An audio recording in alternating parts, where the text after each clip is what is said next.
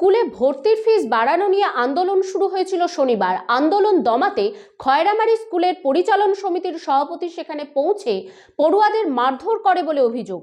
আর তার প্রতিবাদেই সোমবার অগ্নিগর্ভ পরিস্থিতি হয়ে উঠল সাগরপাড়া থানার খয়রামারি স্কুল চত্বর।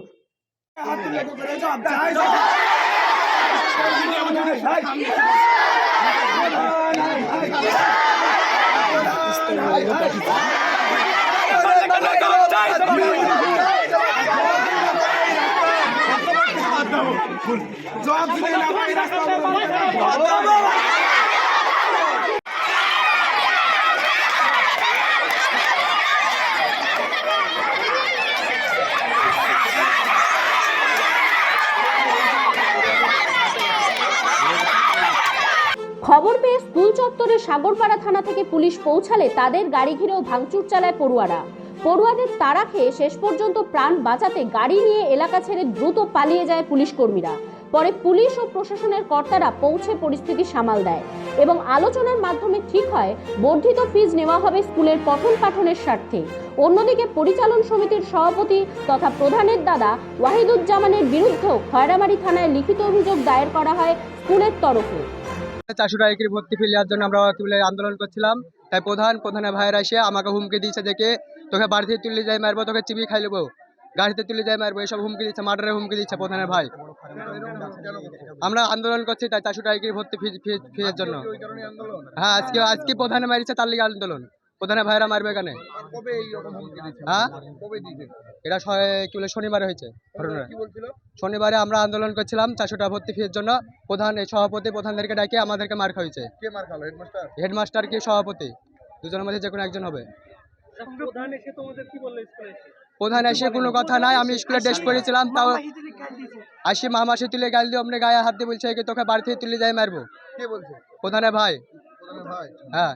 তবে শনিবার ঘটনাস্থলে উপস্থিত থাকলেও খয়রামারি গ্রাম পঞ্চায়েতের প্রধান তৃণমূলের মিঠুন বিশ্বাস অস্বীকার করেছেন ওই ঘটনার কথা। চলুন শুনে নেওয়া যাক কি বলেছেন তিনি। ওখানে শনিবার বিক্ষোভ শুধু দেখাচ্ছিল না, 3-4 দিন থেকে ওখানে ওইরকম হচ্ছিল, ঠিক আছে? বিক্ষোভ 3-4 দিন থেকে চলছে স্কুলে।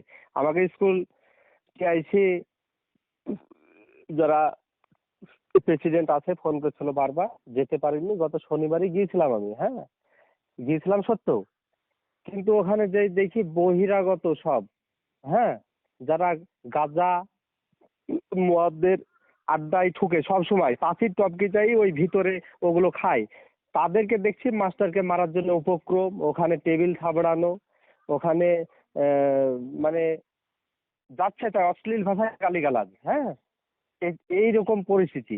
এই দেখি যারা বহিরাগত তাদেরকে বের করে দেওয়া হয়েছে ওখানে। এটাই না, আমাদের ওই খয়রামারি হাই স্কুল সিসি ক্যামেরার আওতায় আমি বড়বাবুকে বলেছি যে যদি কোনো দোষ ত্রুটি করে থাকি, আমি প্রধান হিসাবে খয়রামারি দায়বদ্ধতা আমার সবকিছুই আছে, সেখানে আমি তাদেরকে ভালোবাসাও দিতে পারবো, আমি বকতেও পারবো, সে ঠিকই আছে, তার জন্য ক্ষমা প্রার্থীও হওয়া যেতে পারে, কিন্তু সেটা না। ওখানে সিসি ক্যামেরায় দেখবেন আমি কোনো স্টুডেন্টদেরকে কিছু বলা হয়নি। ওখানে বহিরাগত সিসি ক্যামেরা খুললেই দেখতে পাওয়া যাবে, বহিরাগতদেরকে ওখানে বের করে দেওয়া হয়েছে যে এখানে কোনো রংবাজি দাদাগিরি চলবে না, তোমরা বেরিয়ে যাও বলে বের করে দেওয়া হয়েছে, এটা করা হয়েছে। আর এর পাশে কিছু সিপিএম কংগ্রেস, হ্যাঁ, দলীয় লোকরা রাজনীতির মুনাফা লুটার জন্য এগুলো উস্কি দিচ্ছে। কিছু ওই বাচ্চা ছাত্ররা, এরা তো আর কিছু বুঝে না, এদেরকে সামনে আগিয়ে দিয়ে এগুলো করার চেষ্টা করছে। আমরা প্রথম দিন 2 তারিখে স্যারে বললো 400 টাকা ভর্তি ফি নেবো, তাই বললো। হ্যাঁ, তার জন্য আমরা স্কুলের ছাত্র মিলে আন্দোলন করেছি। সে প্রধান সেক্রেটারি হচ্ছে যে কি প্রধানের ভাই স্কুলে, সেই সেক্রেটারি এবার প্রধানকে ডেকে নিয়ে এসে প্রধান সহ প্রধানের ভাইয়েরা মারধর করেছে স্কুলের ছাত্র। আমরা আন্দোলন করেছি তার জন্য। আমাদের স্কুলে 400 টাকা ভর্তি ফি নেওয়া হচ্ছিল তার জন্য। অন্য জায়গায় সব জায়গায় 300। হ্যাঁ, প্রধান দুটো ধাক্কা মেরেছে আর প্রধানের ভাইয়ের বেটা আমাকে মারিছে। ওই আন্দোলন করেছি তার জন্য।